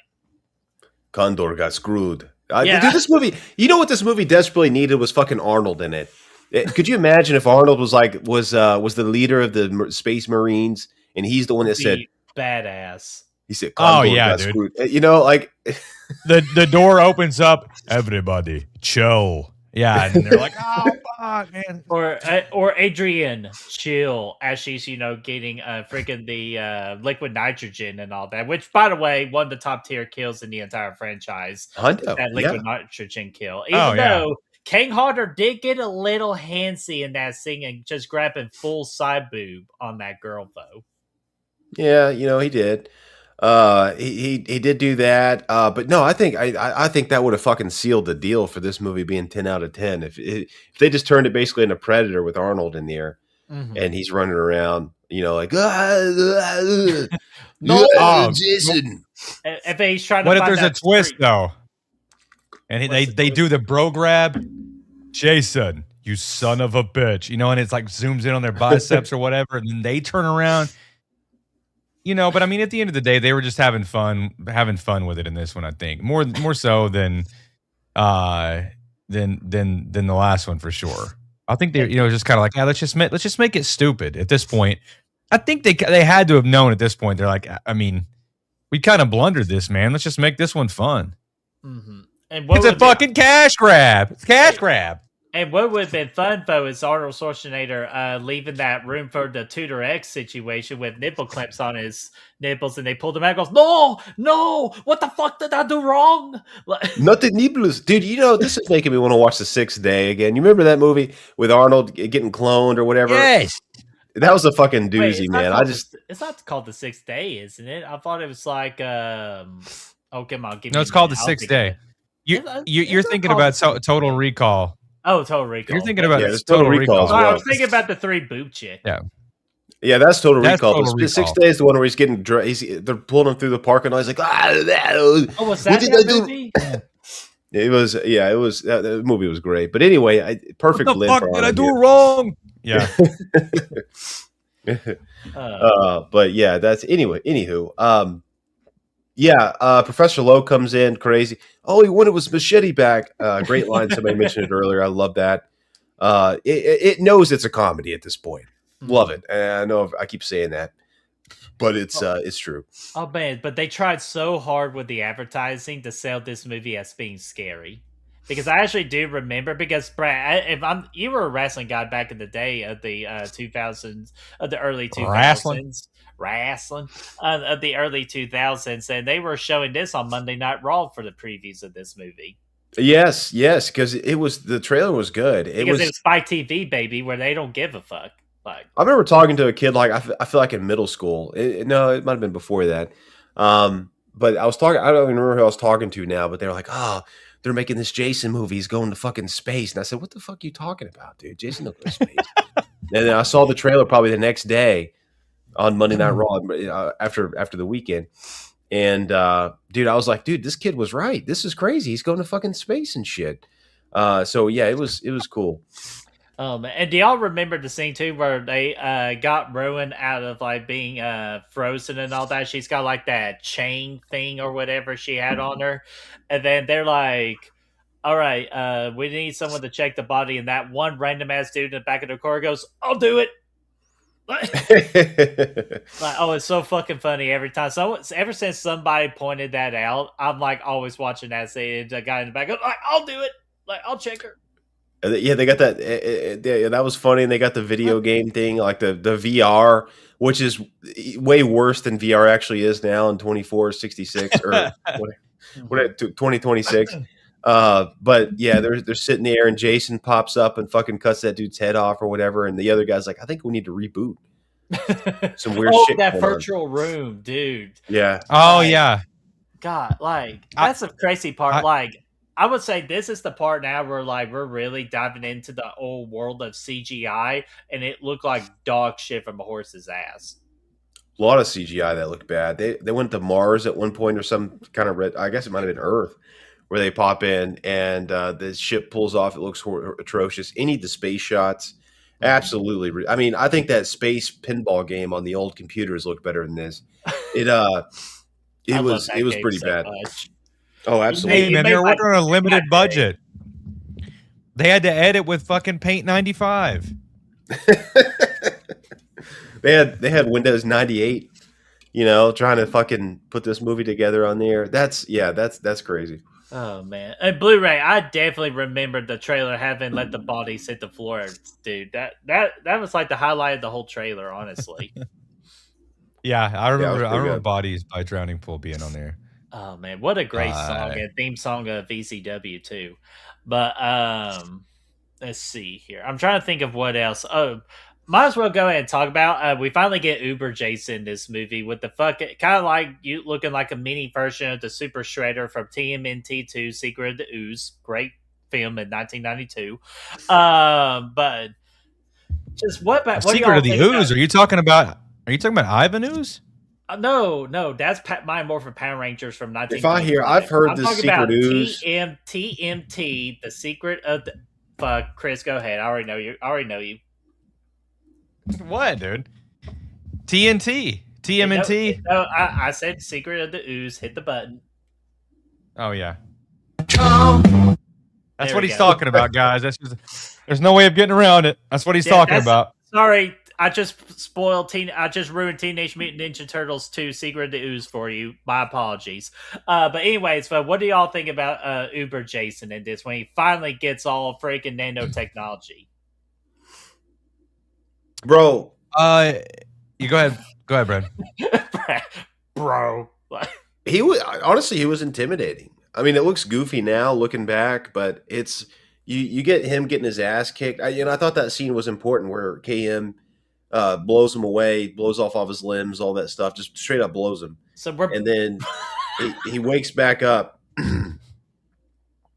He wakes back up, and he's like, and then she tries to kick his ass again, and like no impact, like he just takes it. And he said, and then he punches her head off. So that instantly cranked him up to 11 on the intimidation scale. I thought at the time, at least when I watched this initially. Now again, he looks a little goofy, but he's like, oh, nobody can fucking stop this guy now, which is what you want to see in Jason. It was an interesting look. It was definitely different. But it was definitely like, okay, this guy is here and he stands on business and you guys are all fucked. So I'll give him credit for that. Oh, Brad, first off, I love you, man. Like, fucking blow him. Like, the female robots, that's what we're got to deal with in 2455. But no, Brad, I'm absolutely with you. But once he gets that Uber stuff, if he just dominates her, like, that's where it, like, actually puts the stakes in this movie. Like, oh, fuck. We cannot defeat Jason. We got to get the fuck out of here at this point. And then this is where we get. I'm looking at the counted death sheet right here because this is the new record at this point of the franchise where we're now at 25 kills, which I want to call bullshit. 25 people did not die in this movie. A whole civilization fucking died in this movie. So Jason has the record of any horror icon of all time. He has killed millions of people. Millions? It was a spaceship, Birdie. There's not millions of people on a fucking spaceship. City spaceship with civilians in it, and they all fucking died. Who knows though? There's zero confirmed kills from that. Absolutely zero. Chris Pratt and Jennifer Lawrence movie. Okay, it could have been fucking R2D2 and shit down there, dude. Like for all we know, we don't know. Like there's zero confirmed kills from that. Definitely not millions. I'm pretty sure there's civilians down there, dadgummit. It could be. I don't know. Or it could be C-3PO running around. Civilians or are they astronauts technically? What the? Well, I mean, at this point, everybody's in space, or they're on Earth too. If you go in space, you're an astronaut. Yeah, I mean, I guess, but you got to get from point A to point B. It could have just been an empty refill station where they fuel up and shit. Like there's zero confirmed kills, but yes, he does have that epic CGI, which was 98 paint explosion. I'm sure that AI could have made that thing a whole lot better, but we're not allowed to have AI anymore. We're not allowed to have premarital sex. Did I say that right? Yep. Yes.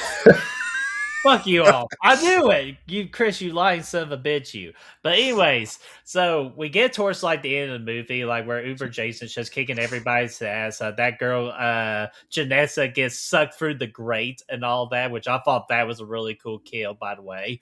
And then, of course, we get to the virtual world where we get these two girls going, you want to smoke some pot? Do you want to have some premature sex?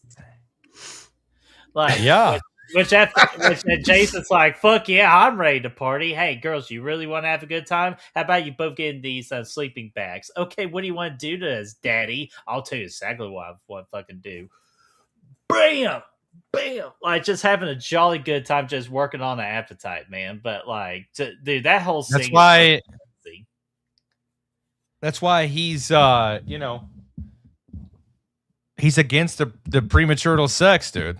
This would be a great time to show the process that he was in. This is what it was all about. But yeah, Uber Jason fucking rocks, dude. I mean, I remember watching the movie. It's like, if you're gonna go to space, at least give Jason an upgrade, right? They do the whole rigmarole.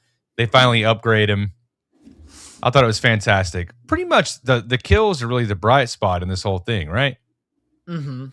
I would say for at least half of it. Like some of the kills were cool, other kills were just like generic. But again, we got the freaking liquid nitrogen, we get the screw kill, we got death of a whole civilization, and then we got the virtual girls. But I think that they made a good use of like, okay, we're in space. How can we do some hokey kills here that can be kind of original? I thought they did a reasonable job with that, coming up with something that was kind of unique for the setting. Mm-hmm. No, and that's the thing, though. You definitely felt the space setting in this movie. Like, I want to point that out. We just previously said when Jason Goes to Hell, there was absolutely no presence of setting or camp or anything. Which, of course, we did get a camp technically at the beginning and the ending of the movie, but just like for friggin' millisecond. But definitely, I felt space in this movie. So, bravo for this movie finally giving me a damn setting. Yeah, I mean, you got that going for it for sure. Mm-hmm.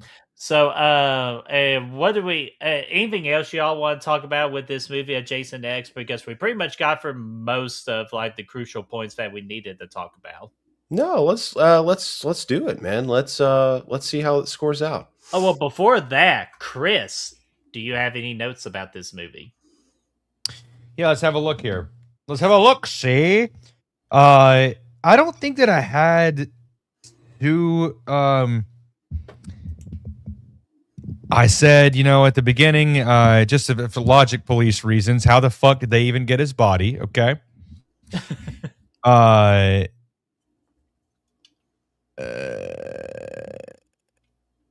What the fuck did I mean by I put Batman broken back? What the fuck does that even mean? Did he break somebody's back? I'm glad you said that because that was also another good kill in the movie too, where Jason kills a character named Azrael is a back broken over knee, which was what Bane did to Batman in the comic.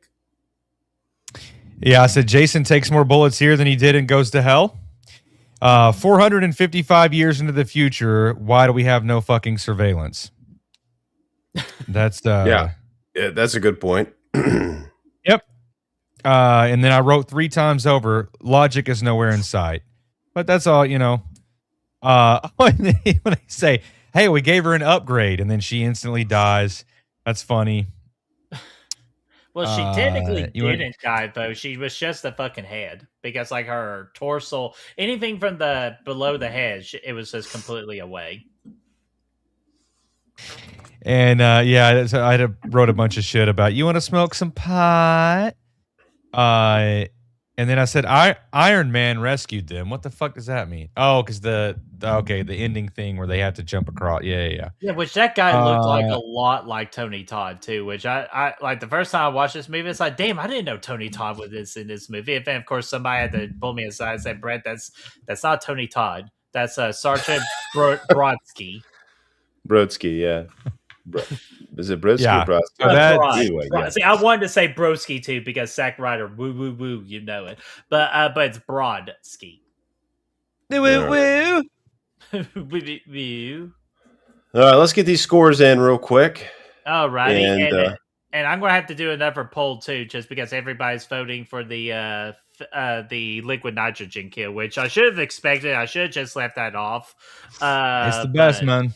But I will get to that in a minute. But let's go ahead and reward. I'm going to go ahead and stop that poll so I have to do it again. So y'all will vote differently.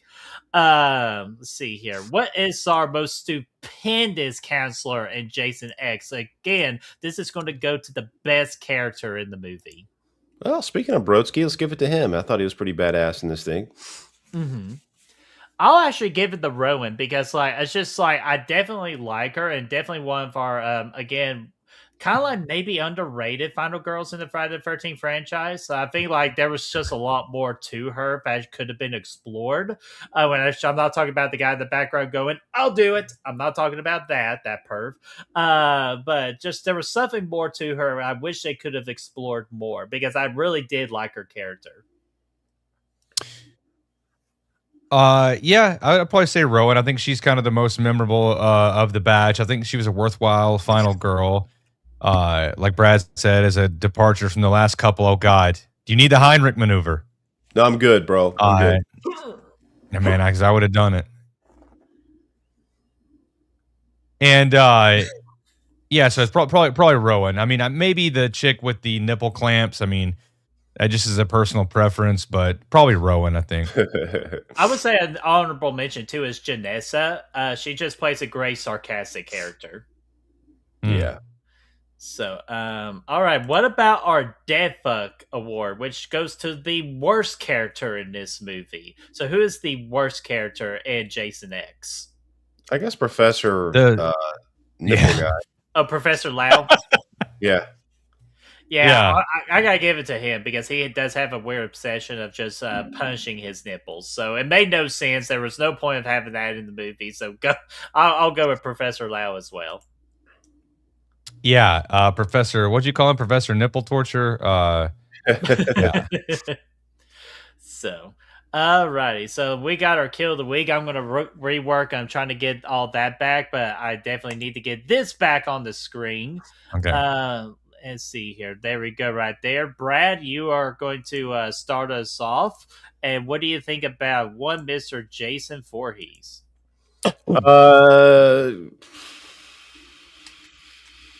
Honestly, 6. Give me a 7 out of 10 here. I thought, again, the performance was great. Alrighty, and I love everything about Uber Jason, but unfortunately we had to deal with that not as good looking Jason at the beginning or the first third or first half of the movie. So I'll go 7.5. Yeah, I'll meet you guys right there as well. I was gonna say 8, but the 7.5 is a fine number. I think is it's one of the better parts about this, especially Uber Jason, as dumb and hokey as it is. I think it fits this kind of setting. So 7.5 feels good. All right, nice. And Final Girl, Chris, you want to go ahead and kick us off with that? Yeah, of course. Final Girl. I'm inclined to keep it about the same. I mean, considering the entire franchise overall, I'll keep it pushing. I think 7.5 here. I think feels about right. I actually like Rowan quite a bit. Alrighty, and sorry, I had to create that poll again. Chris, would you say you're Jason? 7.5 for both. Yeah, that's easy. Thank you. Sorry about that. Easy so breezy. I'm finally back in the game. For Final Girl, I'll just give her a nice 7. Again, I wish they just dive more into her character because I really wanted to like her more than I already did. So I think 7's a fair score. I'll take a 7 there as well. Kills, I think I'll probably give a solid 7 as well. You get the frozen face kill, which is great. The rest of them, whatever. But there's some good ones. I think a 7's solid there. Mm-hmm. I would say a good half, and plus, again, kill the entire organization. So I'll go 7.5.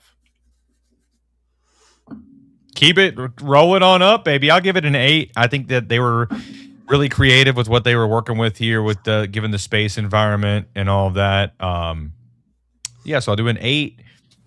Pushing it down to characters, I'm still gonna go like 6.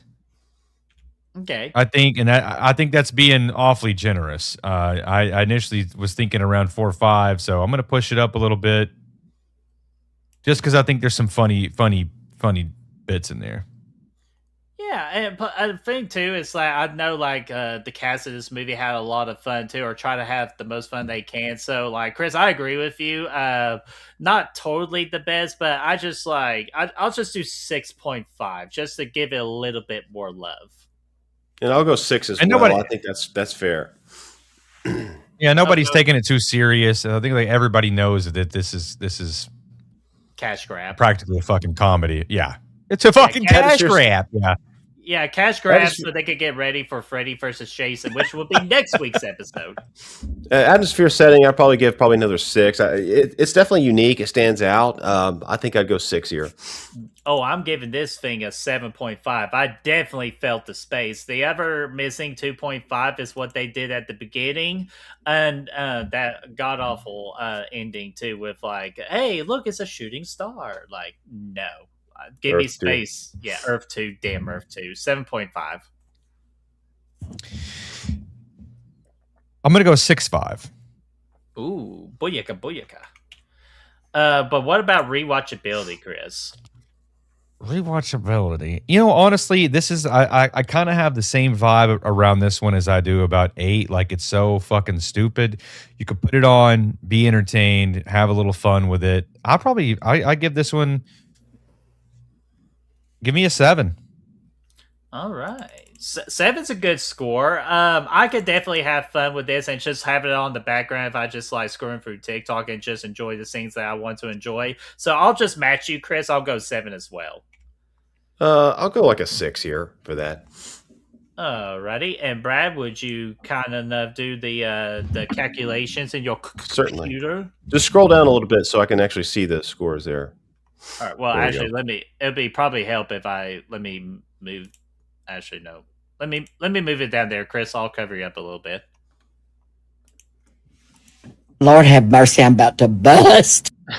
Good God, we're gonna have to take that fucking thing away from you. We got a 6.9 out of 10 here. 6.9 out of 10. I like that score. Wait, shit.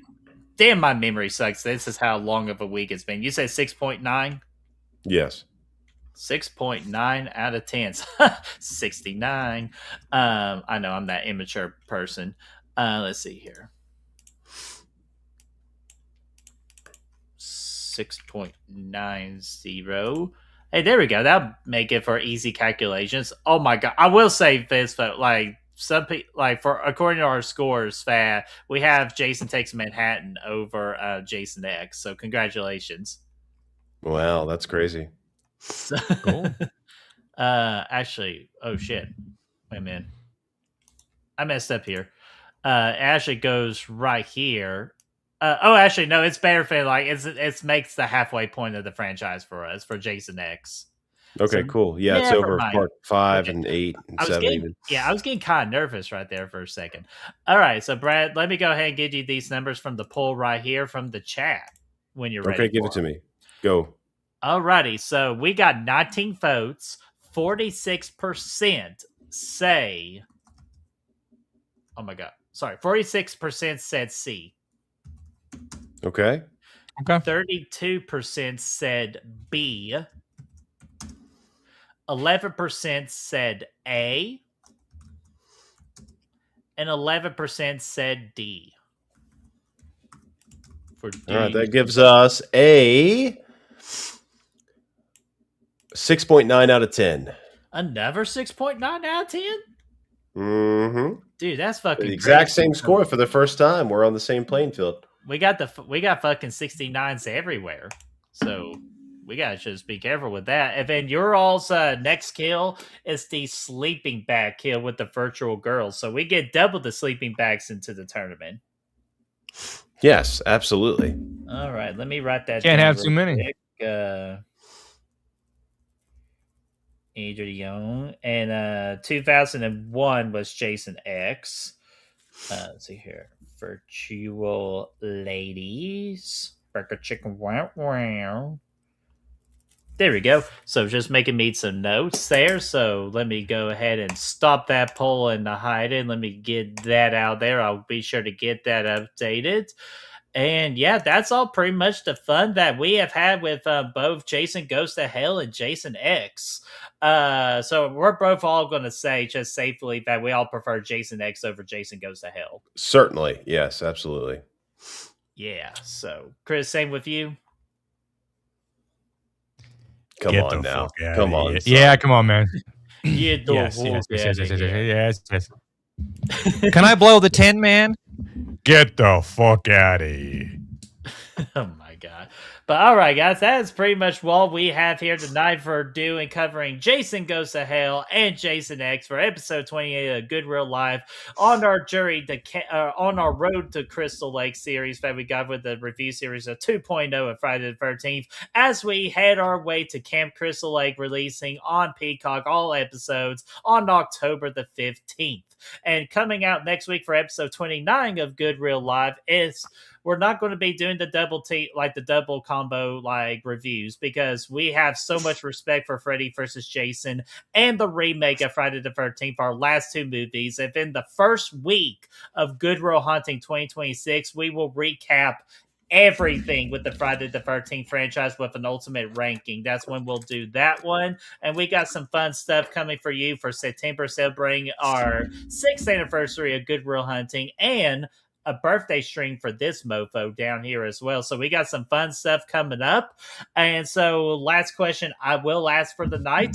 What do you all think about Jason X and Jason Goes to Hell? Do you think that Jason Hell gets too much hate or gets the appropriate amount of hate? Do you think Jason X is just fully entertainment, or do you actually are one of those people out there that this is your favorite movie of the Friday the 13th franchise? Please let us know in that comment section down below. Before you what, Chris? That's exactly right. So That's right. come along with us for next week as we tackle Never Good Real Life. So gentlemen, anything else before we close out? That's it, my friend. All righty. So we're going to... Lord have mercy, I'm about to bust. I know, I'm about to bust, so that's damn right. So we need to go ahead and get out of here, and we will see you all next week when we get into the ultimate showdown between Freddy versus Jason. See you all next week, everybody. Peace out. We love you all. Mwah.